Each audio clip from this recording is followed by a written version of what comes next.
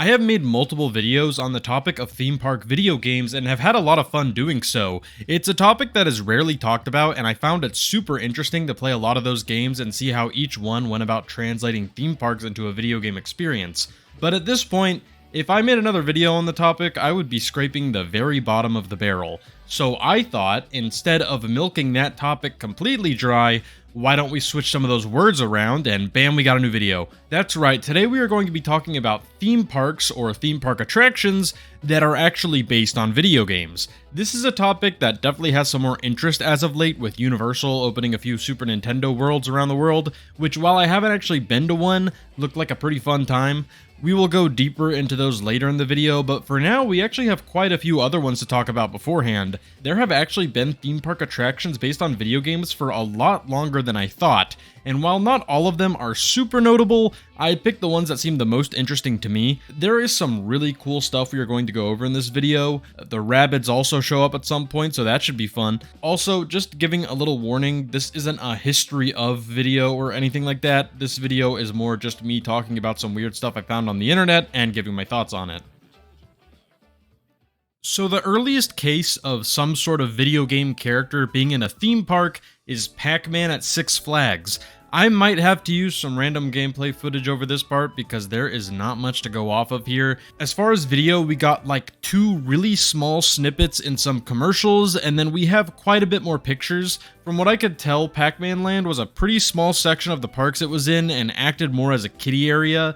There weren't any actual rides, but instead a play fort that kids could go in. This area was put in a few of the Six Flags parks, which makes sense since it doesn't look like something that would be very hard or expensive to replicate. Not much in this area really screams Pac-Man, aside from a few signs and the creepy meet and greet characters they had walking around. Honestly, this makes sense because, yeah, I didn't have much to go off of back then. The character costumes are probably the most notable things here, and they definitely got a look to them. Honestly, the designs here aren't that bad and are pretty accurate to how the character was depicted outside of the game around this time. I like how his top hat says Pac-Man on it to let everybody know who he is. Like, who else would this be? The main weird decision here is the transparent googly eyes, which look fine from the front, but I found a picture of Miss Pac-Man taken from a less flattering angle, and yeah, I don't like it that much. Another thing that weirded me out at first was it looked almost like they gave both of the characters a weird double chin, which I guess fits with the whole thing of Pac-Man eating a lot, but it still just looked weird to me. But then I found out that is not in fact a double chin, but rather a little flap so they can open and close their mouths, and I actually like that a lot. That's like the main thing they do. Of course, the real life Pac-Man has to do it. Overall, I think this was just a pretty average Kiddieland at the time, and nothing all that special, aside from the fact that it was one of the earliest examples of a video game character in a theme park.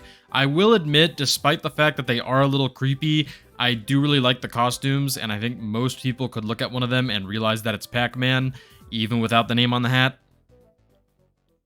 Our next one is one that I had never heard about before doing research for this video, and it's honestly one of the weirdest ones as well. When you think of Nintendo in theme parks, you think immediately of Super Nintendo World at Universal, which for a while I thought was the first ever Nintendo-themed land or attraction at a theme park, but that's not true. In fact, the first Nintendo-themed area at a theme park was at Reino, Aventura. This was a park located in Mexico City that rebranded to Six Flags in 2000, which would explain why I've never heard of it before, because it was in a country I've never been to and closed before I was born. While I don't know much about the park itself, it seemed like a pretty standard amusement park. I'll be honest, I'm not that interested in the history of Six Flags Mexico, but you're welcome to do your own research if it interests you. What I want to talk about, though, is the presence of Nintendo in the park. Now, this was something that was kind of hard to find information on because it just wasn't that well documented, but I ended up finding a video by the channel Rare Tendo, which compiled some photos and videos of Nintendo's presence at the park, which proved to be very useful for this video. As far as I can tell, there were 2 different attractions based on Nintendo. We had Peach's Castle and Casa de Mario. Peach's Castle was mainly just a recreation of the castle from Mario 64, which apparently had a few Nintendo arcade games inside. Besides the paint job, the castle doesn't really look that much like Peach's Castle, but you know, it still looks good and gets the job done. I actually found some pictures from as recently as this year showing the castle still standing. It's obviously not a Nintendo attraction anymore, but it's cool that a little piece of history is being preserved there. Casa de Mario was the other attraction and seemed to be a walkthrough thing that had themed rooms based on different Mario stuff. One of the rooms was actually a recreation of the inside of Peach's Castle from Mario 64, which makes me wonder why they didn't just put that inside of Peach's Castle. There's also this weird Bowser statue, and I don't know, maybe it's just the picture, but this is really off-putting to me. They also had a Mario walk-around character, and man, I take back anything bad I said about Pac-Man. The overalls are fine, but for some reason, he is just freakishly tall, and his entire head is made of plastic, which makes it look noticeably different from the rest of the costume. It looks better in some pictures than in others, but no matter what, it's just got a look that I don't like. This honestly seemed like a cool little area, but I'm really sad that it's not very well documented because, at least to me, this being the first Nintendo theme park is pretty significant and deserves to be more well known. Since we just talked about the red video game guy, I think now would be a good time to talk about the blue video game guy. Now look, you can say that Mario is better than Sonic or Sonic is better than Mario in terms of video games, but I will say, in terms of how they started out in the theme park world, Mario went to some random park in Mexico, and Sonic went to Disney World. But to be fair, Mario got his whole own area with a castle, and Sonic only got an exhibit.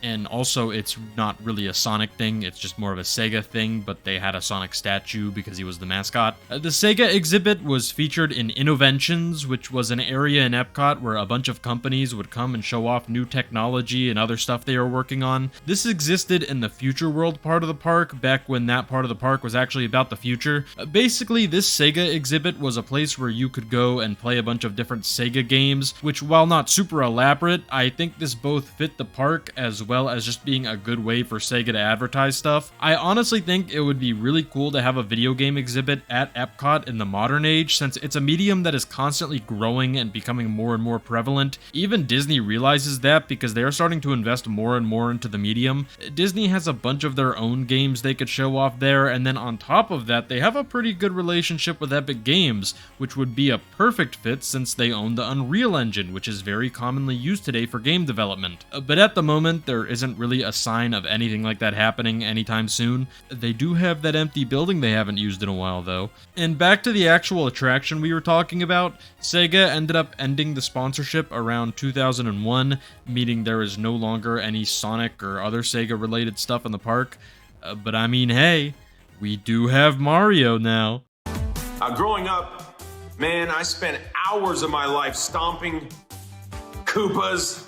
But you see, we aren't quite done with Sonic yet, because as it turns out, he also had a few appearances in another park called Alton Towers. This is a park in England that I've heard good things about, but I haven't been to it or anything, because if you couldn't tell, I'm not from England. But back to the reason we are talking about this park, the first appearance of Sonic in this park was in a dark ride called Toyland. This is seemingly just a pretty typical boat dark ride that takes you through different scenes of toys doing random stuff. Sonic shows up for a brief moment and you can see some gameplay of different Sonic games in the background. It's really nothing all that crazy, but it's still a cool little appearance. But eventually, Toyland would close, and that marked the end of Sonic showing up at Alton Towers. Until it didn't anymore. Not too long before Toyland closed, Alton Towers opened a spinning roller coaster named Spinball Whizzer, which was, as you might have guessed, themed around pinball. I made quotation marks with my fingers when I said that. But then 2010 rolled around, at the speed of sound, and it was decided that Pinball Whizzer would be rethemed to Sonic Spinball. Now, when I hear the two words Spinball and Sonic next to each other in the same title, I immediately think of the Genesis game of the same name. I'm assuming that's where they got the name for this ride, but then also, if you actually look at it, it's got nothing to do with the game. For the most part, all they really did was repaint the track blue and red, and then put a little Sonic statue out front. Not really much to say about this because, I don't know, I've seen a blue roller coaster before. They eventually changed the ride back to Spinball Whizzer, and that pretty much marked the end of Sonic at Alton Towers, and theme parks in general, at least for now, since as far as I know there isn't anything else. Funnily enough, they just kept the paint job from the Sonic retheme, and I mean, yeah, I get why.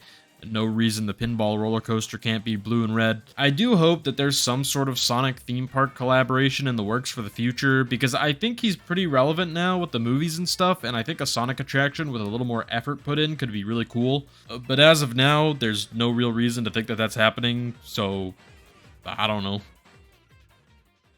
So far in my quest to look at a bunch of weird video game theme parks, I've neglected to mention the largest video game brand of them all, Pokemon. This is because they haven't really done that much in the theme park world, and the one thing they did do did not last that long. The thing I'm talking about though is PokePark. This is one of the few cases of an entire theme park being based on a video game series. I mean, it's technically a theme park. The wiki calls it a traveling theme park, which to me just translates to it's a slightly more complex fare. It only operated in 2 locations, with one in Japan and one in Taiwan, which were both only open for like a year. As far as the actual contents of the park, it was basically just a bunch of flat rides themed around Pokemon. There was a roller coaster and a log flume, but neither of them seemed too complicated, and they were clearly made to be easy to move. Honestly, for what it is, it seemed like a pretty fun time, but nothing to freak out over. It surprises me that they haven't done anything like this again, since Pokemon is just so huge now, but they have been doing some stuff with Universal in Japan, so I'm guessing that's the direction they are going from now on. I could go in depth about every single ride here,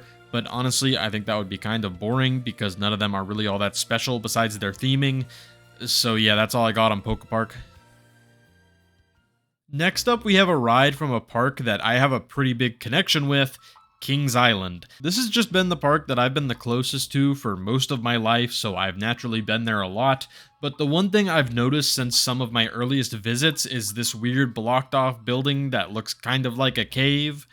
Or maybe even a tomb. For the longest time, I had no clue what this was until I watched a Defunct Land video and learned that this was a Tomb Raider ride. This ride was around back when Paramount owned the park and themed a lot of the rides around movies they owned. So technically, this ride was based on the movie Tomb Raider, but that movie was based on the video game, so it counts in my book. This ride was one of those top spin things that you see at parks or fairs sometimes, except it's at a much larger scale and very heavily themed. The theming in the queue and the ride itself is just many levels above what is typically at Kings Island. I love that park, but theming is just not their specialty. Like, did you know that in the story for the Orion roller coaster, you're supposed to be going to space? A grassy field is an interesting way to interpret that, but unlike that ride, the Tomb Raider ride actually looked like what it was trying to be, and it all looks really impressive. The ride itself also looks very fun and pretty unique as well, so I'm a little sad I'll never get to ride it. Nowadays, the space is mostly just used for haunted houses during Halloween. Apparently, a lot of the theming is still present in the building, which is cool to see. So the final attraction I wanted to cover before we get into all of the Super Nintendo World stuff is none other than the Rabbids ride at Futuroscope. Futuroscope is a park in France that I know next to nothing about. The only thing I do know is that they have a ride based on the Rabbids, which is all I need to know I'm in. The video I'm using for footage of this ride shows like the Rabbid meet and greet area at the beginning, and I don't know why, this is just really funny to me. The queue itself honestly looks kind of neat, but the part of this ride I find most interesting is the fact that the load area of the ride is a dirty bathroom. The ride vehicles themselves are the toilets of said bathroom, and I gotta say, I'm definitely interested in what this ride is going to be now. So basically, all this ride seems to be is just a bunch of loosely connected Rabbids cartoon shorts that you move between. They have some physical set pieces in front of the screens, but nothing very elaborate. Apparently, the seat actually moves and vibrates and stuff, which is cool, I guess. It's like the Rabbids are really there. Honestly, this ride just kind of looks more boring than anything, especially if you're like me and don't really find the Rabbids that funny. What I do find funny, though, is just the fact that this exists at all because of all video game series. Of course, the Rabbids have a ride. In the video I watched, there is nobody on the ride with the guy filming, so I don't know if there's a reason for that or if the ride just really isn't that popular, but it just has me imagining what it would be like to ride this alone. My sympathies go out to the guy who filmed this. The final video game theme park attraction I wanted to talk about is Super Nintendo World at Universal. As said at the beginning of the video, I haven't had a chance to go to any of the Super Nintendo Worlds yet, but man, from what I've seen, I want to really bad. I mean, just looking at the videos of this land makes it look absolutely amazing with all the little hidden details, all of the animatronics moving around, making the place really feel alive, and just the fact that everything looks like it was ripped directly out of the games. I've mostly been referencing the Japan version so far, but even the smaller one in Hollywood still looks great, even if it doesn't have as many attractions. Speaking of the attractions in this land, at this time the area has 2 rides, with one more hopefully coming soon, with one of them being Yoshi's Adventure.